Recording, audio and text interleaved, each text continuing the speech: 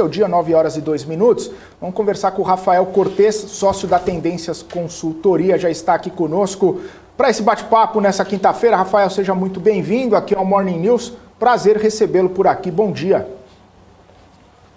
Bom dia, Felipe. Bom dia. Também é um prazer estar conversando com vocês nessa manhã tão agitada, tanto aqui no Brasil quanto lá fora. Pois é, muita agitação, muitas coisas acontecendo ao mesmo tempo. Eu quero começar falando contigo sobre essa aprovação, possível aprovação da PEC dos benefícios na Câmara, né? A gente vê um movimento governista buscando acelerar essa tramitação para poder fazer o pagamento mais rápido dos benefícios para a população, enquanto a oposição tenta frear, dizendo que não está sendo respeitado o rito, né, para a tramitação dessa proposta. E tem uma outra questão importante também, o próprio deputado Ricardo Barros falando que isso não representaria um risco para o mercado, porque o governo já teria o dinheiro, já teria o recurso para poder fazer esses pagamentos desses benefícios.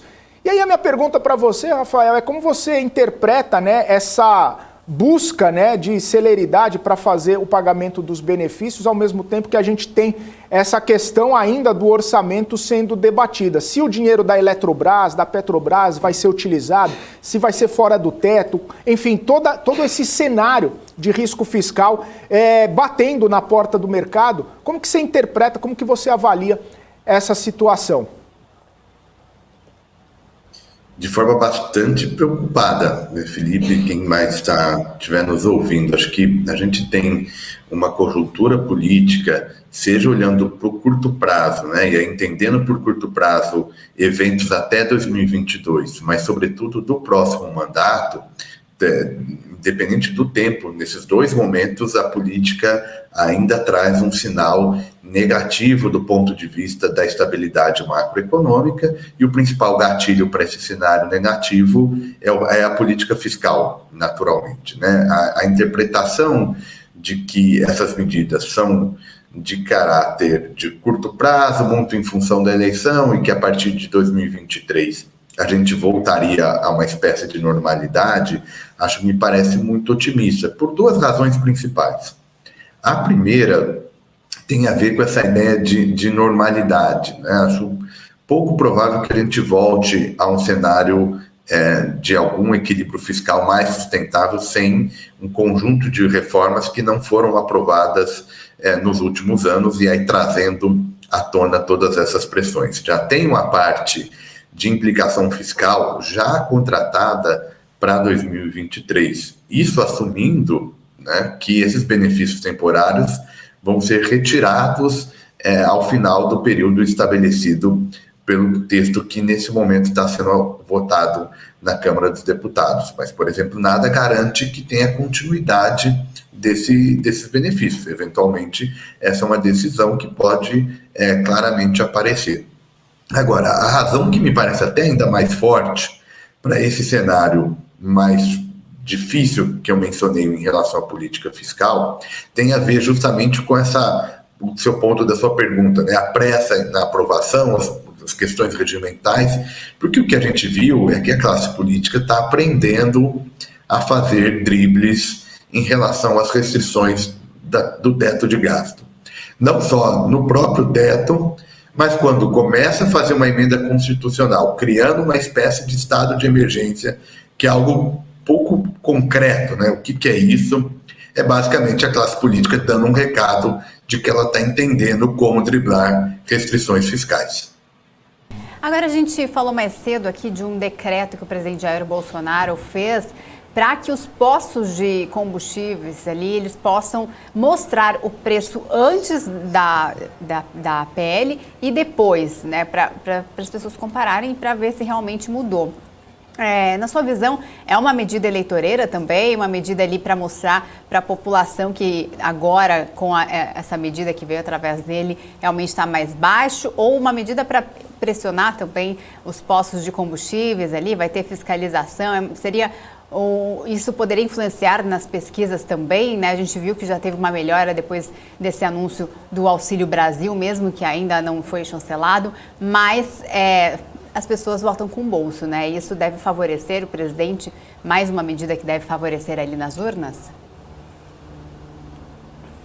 A tendência é que sim, que tenha um efeito positivo, né, de redução da rejeição, que nesse momento é muito alto do governo, e a estratégia do presidente Bolsonaro é, na ausência de um cenário econômico mais pujante, com inflação controlada, o mercado de trabalho tem se mostrado dinamismo, mas quando a gente olha renda real, tem ainda um cenário bastante preocupante, muito em função dessa inflação elevada. O fato é que a economia não tem sido visto como um ponto favorável à campanha de reeleição, daí o presidente precisa de uma estratégia e tem tentado tirar do papel essa estratégia, que é mostrar que ele não está parado. Então a ideia é tentar claramente quantificar e mostrar, criar uma imagem para o eleitorado de que o governo não está parado. Então, uma parte dessa culpa, dessa responsabilidade por um cenário econômico mais difícil, que não seria do Planalto, seriam de outros fatores, crise internacional. O presidente também gosta muito de citar aquela imagem, né, da turma do Fique em Casa, que é uma maneira deles tentar se proteger politicamente. Agora, tem um custo essa estratégia, né? Se a gente olhar, por exemplo, os comentários e as frases, enfim, os discursos do governo em relação, por exemplo, à Petrobras, é muito difícil imaginar que não tem um cenário de pressão numa companhia, portanto, gerando risco político. Mas por que o presidente faz isso? De novo, para dizer, olha, eu estou me movimentando, a responsabilidade não é minha, mas isso acaba gerando um cenário que, se de um lado tem esse ganho de renda vindo desses programas de transferência, de outro pode alimentar o quadro inflacionário, mesmo nesse cenário de redução concreta nos combustíveis, mas, por exemplo, diante de um câmbio mais depreciado, a gente pode ter aí outros preços subindo e aí a desinflação não é tão alta quanto se esperava. Ô Rafael, ainda nesse sentido, a gente estava até trazendo a informação, né? Nos últimos dias aí o petróleo caindo 14%, embora o dólar siga nessa tendência de alta, mas o petróleo caindo, até a Associação Brasileira lá dos Combustíveis, né, dos importadores de combustíveis, diz que a defasagem do Brasil com o mercado internacional está praticamente zerada. Da gasolina, se não me engano, são apenas 3%, do diesel 2%. É muito baixo, né? Praticamente zero ali em relação ao que a gente já viu, chegando a quase 20% a diferença do preço praticado no Brasil com o preço praticado no cenário internacional. E foi exatamente isso que acabou trazendo, né, aquele mal-estar, aquelas consequências para os presidentes da Petrobras. A gente lembra que os últimos presidentes acabaram sendo retirados ali do cargo, principalmente porque eles acabavam praticando a política internacional, a política de paridade. E aí isso trazia consequência negativa, uma imagem negativa para o governo, justamente porque a população sentia no bolso essa escalada no preço dos combustíveis. E agora, esse cenário de petróleo mais para baixo, teoricamente um pouco mais estabilizado, sem necessidade de fazer transferência do preço internacional para o preço aqui dentro, o combustível baixando, isso traz um cenário benéfico para o novo presidente da Petrobras, que está assumindo agora, né? Ele não deu muita entrevista, não falou muito, está um pouco fora dos holofotes da política, digamos assim, e da economia também, mas esse cenário mais favorável traz, de repente, um alívio para ele que está assumindo agora, para poder realizar seu trabalho, para poder implementar suas ideias, para poder continuar o trabalho ali na Petrobras. Como que você avalia isso?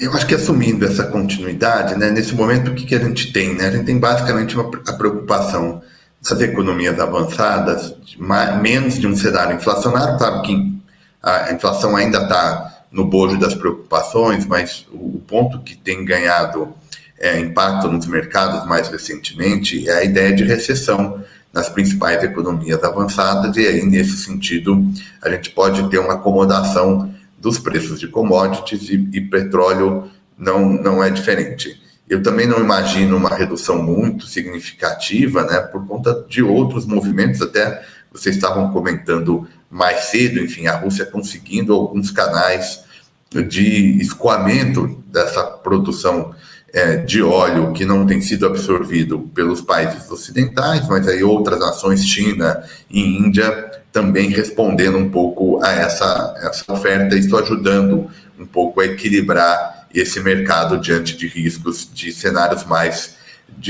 disruptivos. Mas, de todo modo, imaginando esse cenário de continuidade, acho que vai ajudar nesse cenário doméstico, né? Eu já esperava, do ponto de vista do governo, uma diminuição dessa escalada que aconteceu contra a Petrobras antes da substituição, e acho que até em nome de uma expectativa de que o novo presidente comece a dar algum tipo de sinal que minimize as pressões vindas do mundo da política. Tem uma questão de nomeação de diretoria que ainda vai precisar ser desenhada, enfim. Então já imaginava uma redução dessa escalada. Se associada também a uma redução dos preços dos combustíveis e aí a defasagem de menor intensidade, isso também vai ajudar certamente nessa relação da Petrobras com o mundo da política e aí contribuindo para a gente ter um cenário um pouco mais tranquilo sobre essa ótica, né? E sempre o senão é sempre a questão política que deve se intensificar ao longo do segundo semestre. Rafael, acho que não tem como a gente não comentar, né, do grande destaque aí que está repercutindo nos noticiários, que acabou de sair a renúncia do primeiro-ministro Boris Johnson, primeiro-ministro do Reino Unido.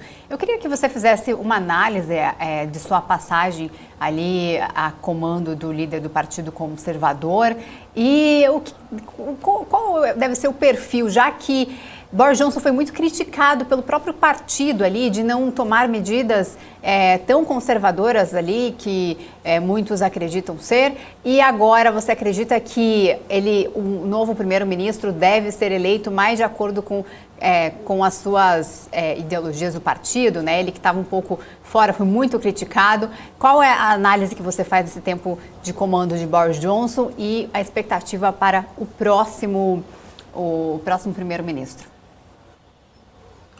Olha, não há dúvida que o Boris Johnson enfrentou dois desafios muito importantes ao longo do seu mandato, tá? Então, nesse sentido, o tempo que ele permaneceu de poder, por mais que tenha agora o pedido de renúncia, acho que a gente também não pode menosprezar a tarefa, que foi uma tarefa muito difícil, em lidar com o Brexit, né, que é um tema local, claro que com repercussões internacionais, mas fundamentalmente local, né, muito divisível, né, gerando muitas divisões, dentro da sociedade britânica, e depois a pandemia, né? Então, num certo sentido, acho que ele conseguiu um relativo êxito, né, a atravessar de uma maneira que respondesse à demanda do seu partido. Uma parcela também da sua política em relação à pandemia, né? Ele teve uma rápida inflexão no primeiro momento, uma estratégia mais solta em relação ao isolamento social, mas ele faz